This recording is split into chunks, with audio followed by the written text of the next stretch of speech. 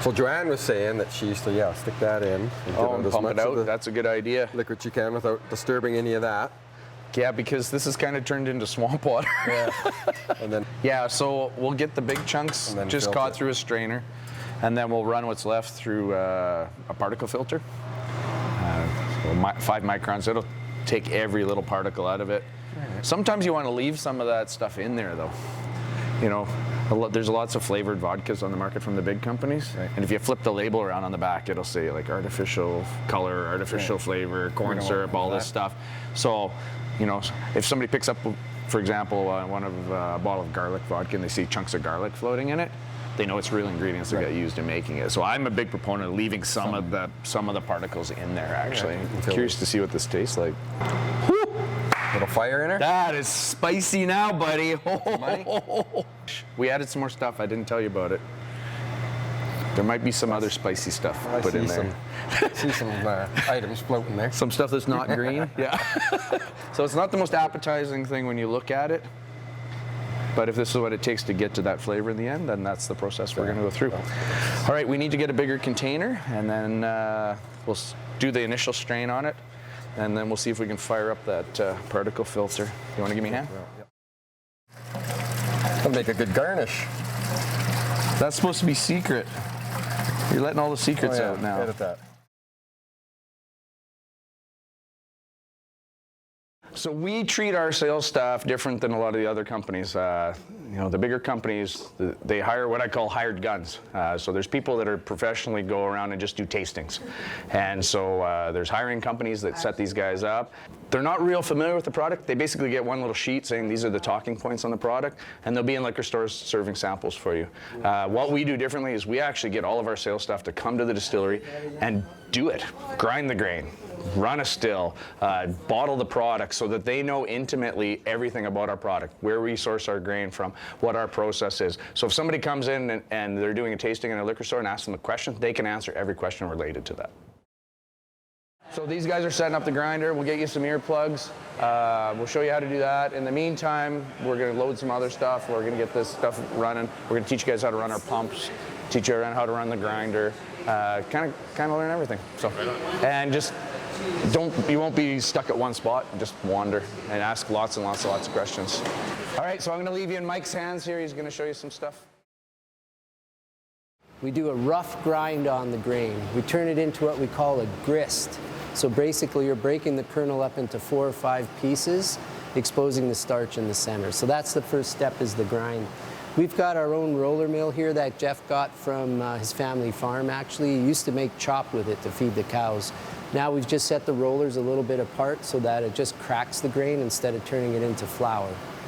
So we set up the auger as well right underneath it, so this way we can just lift this over, grind, and auger it straight into the pot. You'll see a lot of the smaller craft distillery guys, they grind into bags, and then they hand bomb the bags into the thing. So Jeff and I didn't want to do all that work. Mash tun, it's a cook pot. It's called a mash tun. It's a 600-gallon mash tun. There's a large agitator motor on the top, that black thing. There's a big shaft that goes down in the center, and there's 4 big paddles in there that stirs everything up for us.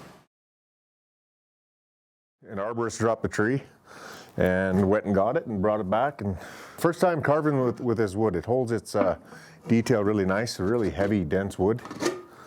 But we'll see how it makes out when it dries. Carving for detail, I find when it's green, wet, it carves really well because it's really dense, I guess, versus really dry where it can get chippy. But yeah, I like it. I don't mind doing it. It's just the drying out process. Sometimes you don't know what wood's going to crack how bad. But when it does get to a point, leave it, I don't know, several months, 6 months, a year. And then I just bring them back and I wedge in the cracks and fill them back in. So what I did here for the hair, I just gave them a kind of a quick coat of gray underneath. Then I went and flap sanded it to show the wood grain again, to get a kind of a different dimension, but still keep that wood look. There's 2 reasons I do that. One is for aesthetics, and 2, when it dries out, your core of your log is right here. And what do logs do when they dry out is they crack. So what this does is help take the stress away from that. And so the potential of it cracking severely is way less. All right, You can eat that? It's gonna be strong. Told you. It absorbed a bit, did it? Very sedimenty, too much. So we'll run it through that filter. I told you it wouldn't have too much kick. It's a bad idea to eat that. Oh, it's going in the garbage now. Yeah, there's still way too much sediment in here. Alrighty. That's barely enough to run through our filter system though. We might have to do it the old-fashioned way like we used to. Coffee filters. Yeah. Yeah, there isn't enough here to even run it through. Okay, let me go find some coffee filters. Well, we gotta try and get more of these particles out of here, but there's not enough in this batch to run it through our particle filter pump system. So we're doing it the old-fashioned way, the way me and Mike used to do in the garage. So we get some coffee filters and we just pour it through. Coffee filter is going to filter, I don't know, not near as good as a 5-micron filter, but for our purposes here, for a test batch, it'll be okay. If we do a full batch of this, you know, it's going to be 500 liters of the stuff, so we'll run it through our pump system at that time. So this is like watching a pot of coffee percolate. We're going to be here a while. Anytime we had any kind of sediments or anything back in the moonshining days, coffee filters seemed like the only thing to use. Then we got more sophisticated and we started using charcoal, activated carbon. And you can buy that stuff from home brewer stores, that sort of thing. And it's good for clearing up any sediment, any cloudiness, and it also improves the flavor a bit too, actually. But if we were to pour this stuff through a charcoal filter, it would take flavor out, and we don't want to take flavor out. So we just want particle filtration here. So you just want to run through a paper filter when you're trying to get particles out. Okay, I'll be back next week when you're done. This is going to take a while. I'm going to leave you doing this. Okay, good. I'm going to go see. Change that filter out a couple times. Yeah, maybe. I just let her dribble. Let her go. It's slow. Yeah. Do you want a chair? Well, it looks like Chris is going to need some time alone. Let's check back in with Ryan. One thing I always do is I always warranty my carvings 100% when they crack down the road. My customers bring them back and I repair the cracks for free. It's a protectant. It's UV protecting too, this stuff I use. So outside too, it seals it up. I love the finish it gives it. And it's about 3 coats for every carving. Actually, that ram came probably about October, November. A guy on my beer league hockey team, I think his sister, his mom, and his dad, they wanted to order it from him because how did it go? He passed some kind of safety course. So it was kind of a congratulations piece for him. When I carved them, I only carved it here. So these horns on both sides, these are add-ons. You can kind of see the seam right there. Once again, I am floored by Ryan's chainsaw skills. For now, though, let's head back to the distillery and check in on that brand new sales team. We've really grown a lot in the last 4 years. We're to the point now where we're making actually over 50 kinds of hard liquor here at the distillery. So that's a bit ambitious for a craft distillery. We are continuing to grow every day, and because of that, we need more salespeople. There's about 1,600 liquor stores in Alberta, and our products, some of them are in about 1,200 of those 1,600. We can drive sales a little bit by getting more salespeople. So Connect Logistics has a website, and if you go on there, you can do a product search. And if we do a product search, a map will pop up, and there'll be little red pins showing all the liquor stores that carry that particular product. And when I pull those maps up, there's red pins all over Alberta, with the exception of one place, Calgary. And we're only in about 5 or 6 stores in Calgary. I guess because we're an Edmonton-based business, maybe that's part of the reason, geography, but we've made it a concerted effort this year to try and get a bigger imprint in Calgary. So we're training some new sales staff here. We've got 2 or 3 guys here from Calgary. We've got 1 from Fort Mac. We're going to try and get a few more people out there pushing our products. So if you're in a liquor store in Calgary, don't be surprised if you see one of these guys pouring samples for us. Hello. So we're going to go see a pretty cool place here. These guys have the biggest indoor mushroom growing facility in North America. Don't be photographed. See you. Yes. Got some friends with me today. This is Rachel. Hi, Rachel. And this is Carlton. Hello, everyone. Hey, Carlton. So these folks own this place. Come on in, everyone. And we've got a bunch of students here. Yeah, we have a program we started. It was called Sawing for School. So it kind of basically taught kids logs to lumber. where lumber comes from, and basically started a shop class, and then we realized there was an opportunity to, lots more kids would join up if there was, tons of other things to do. So we started talking with a local builder about a farm to table neighborhood, how we could build that, and then the opportunity started to spiral from there. What would it look like if we grew a few things, and what would an urban farm look like, and hence our desire to learn about mushrooms, and can we grow them, and can we formulate some awesome partnerships with farmers who do it and do it very well. Wonderful, you're in the right place. These mushrooms are very strong. They're able to defend themselves quite easily from all the little mold spores sitting on your clothes. It's a very safe practice for us, so you don't need to worry about changing your shoes or anything. Just come right on in. Awesome. Follow it. So the farm actually begins right here behind this window. All of our mushrooms begin their life right here in these little jars. Is there only one mushroom in there, or is there multiples of that go into that? That is one mushroom, Okay. but there's approximately 100,000 miles of living tissue in there. And once they're done growing in one of these bags, they look just like this one right here. Yes, the way mushrooms grow, it's exponential. So I'm turning that one jar into about 12 bags of spawn. We have basically a library, we like to call it, but it's a seed bank that we maintain on our farm where we have all these mushrooms in hibernation. And we put them in that little fridge back there. Okay. And they're holding just jars of a little bit of wheat with mushrooms that have already grown on the wheat itself.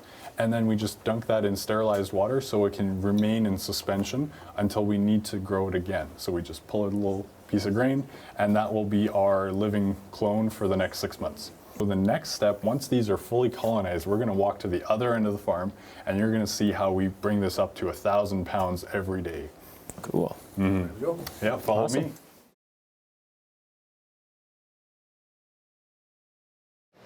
So today we're teaching our new sales staff how we make some of our products, and we're going to show them how to make the London Fog Dried Gin. I got the team actually weighing out the botanicals for me, and I've started putting them into the still. So let's take a look and see how they're doing. We've been using a cheesecloth bag that we'd hang in the top here in the gin basket, and the bag was getting pretty full for some of our recipes, so we got Sean to make up these baskets that fit inside the column, and we can fill our botanicals in these things, and then the vapor will travel through those baskets and through the tea bag, condense it back down to liquid gin, and it comes off tasting like gin. So works pretty good. New little method. Stainless steel little traps. Now we're just gonna put it in the top here. Now we just gotta wait for Grant to charge it with some vodka. We'll plug her in, we'll lay some heat to it, and after about an hour or so of heating up, it'll start dribbling out into our barrel. So we'll just wait for Grant to finish charging the still with some vodka. He's proofing it down now to 40% for us. Maybe we should take a look at that and watch how he's doing that. Proofing we do in this big black tank usually. So we'll pump over our high proof alcohol into the black tank. And LAAs are liters of absolute alcohol. And that's what we have to report to the CRA is liters of absolute alcohol up to 4 decimal points. 40% is what we're using in the gin still. You can have higher proof alcohol if you wanted to. You don't want to distill anything higher than 70% alcohol. Well, we went from one class with not much room to one mushroom with a real big class. Come on in, walk right to the end. That one's the one that tastes like bacon? Yes, the pink ones are the ones that taste like bacon. We have 3 different species in this room right now. We have pink oyster, blue oyster, and white oyster at the end. We've seen 6 harvests off of one bag like this, and they continually get a little smaller and a little smaller each time. So if you had a small farm in just one space, can you grow all of them in one container, or do you do one crop of one? You can do about 3 to 4 different species at the same time. Certain ones do not cooperate. Right. They actually hate each other in some ways, and they will argue because one wants a lot of CO2 and the others want more oxygen. Really, we're just trying to make sure that they all cooperate, and it just so happens that the pink, the blue, and the white, and the gold oyster, they all cooperate with each other. Right. Awesome. The largest mushroom we grew was 5 pounds. Whew. Wow, that is a big mushroom. So hard red wheat is the grain we use the most of. We make over 20 products from hard red wheat. We make 21 flavors of flavored vodka. Garlic is the most popular one for Caesars.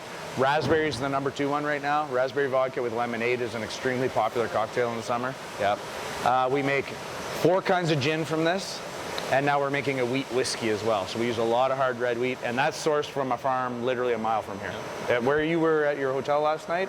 Right across the road. Yeah. This is some corn from my buddy Corey out in Spruce Grove. So corn is what you make bourbon from, okay? This is malted barley, and that's what you make scotch from, okay? So scotch, bourbon, wheat whiskey, and then if you blend these, you get a Canadian style whiskey that has a bunch of different stuff in it, okay? The way we make whiskey in Canada is different than how they make whiskey everywhere else in the world. In Canada, what we normally do is we make a batch of 100% rye and we barrel age it. We make a batch of 100% wheat and we barrel age it, corn, barrel age it. We do them all separately. And then once they're aged, we take those liquids and we blend them together to get a consistent flavor profile. That's why your Crown Royal always tastes exactly like Crown Royal. And every batch doesn't taste the same. So the rest of the world looks at that way of blending these liquids after the fact as actually a way of cheating. So maybe you didn't do a very good job making your rye grain, that particular batch that you did. So you fix it by adding a little extra corn whiskey that's sweeter to kind of hide that maybe you didn't do it. And it's part of the reason why traditionally Canadian whiskeys are fairly undervalued on the world market compared to single malt scotches or things like that. And the day that we grind the grain and start our cooking process determines the flavor of that stuff forever. So if you screwed it up, you can't fix it later by cheating and adding something else to it. But if you did a really, really good job, which we try to do all the time, and it's really, really good at the end, you've created extra value that way. Ryan, fire up that chainsaw again. I can hear. No, that's just Chris snoring. Not much work getting done here. Jeff just asked me to come in and talk a little bit about how we set up for tastings, some of the products that we take into bars and restaurants when we're doing sales calls, things like that. So whether we're doing an event or a farmer's market, we normally have a banner. We have a variety of products. We normally take 1 or 2 taster cases with us. Otherwise, you just have too much product if you're taking one of everything. And we take which ones are popular right now as well. So we do switch them out just kind of depending on season, what our seasonal vodkas are, for example, what's going to move closer to Christmas, just depending what we're dealing with. Right now, we're really liking to take all 3 of the aged whiskeys that we have. You know, I had to wait a long time for those to become available for sampling, so we're really proud to have those on the table. And people are really interested in sampling those right now, too. Well, our 4th one's coming out soon. Some of our competitors don't have any yet, but they're starting to come up in the marketplace for sure.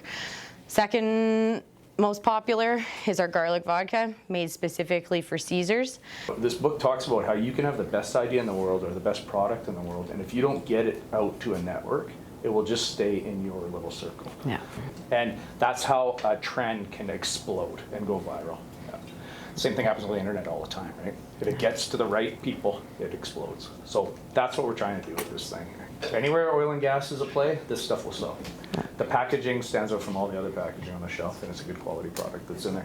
So we know we got a good idea, just got to get it out there. Yeah. And that's where you guys come into play. I'm trying to build something that I'm going to be able to pass on to my granddaughter down the road. And the only way I think I can do that is to build it ethically like we are. Okay?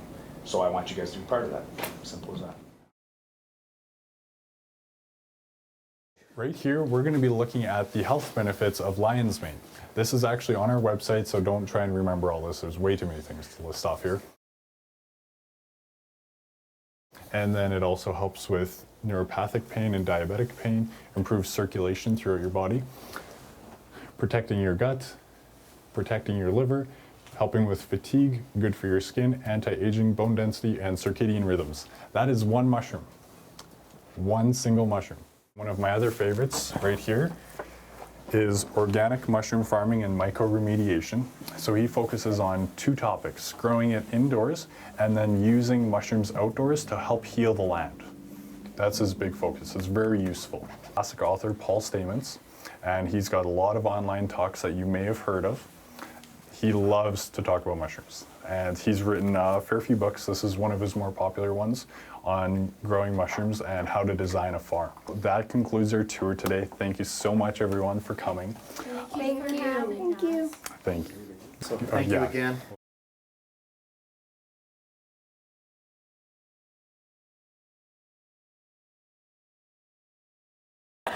Time is it? Oh, geez, I've been asleep for 2 hours. We're good. Drip, drip. This is how a still runs. Just like that. Start with a little still, like a little moonshine still. Drip, drip, drip. You gotta be patient. Yeah, I don't care how big the still is. It takes 6 hours to run. Yeah. It's only a pot this big or 1,000 Big one. just 6 hours. So when it's a little pot, it drips one drip at a time. Just Little like bits. You gotta Little be patient to be a distiller. Oh, yes. Good thing you're a realtor. Good thing.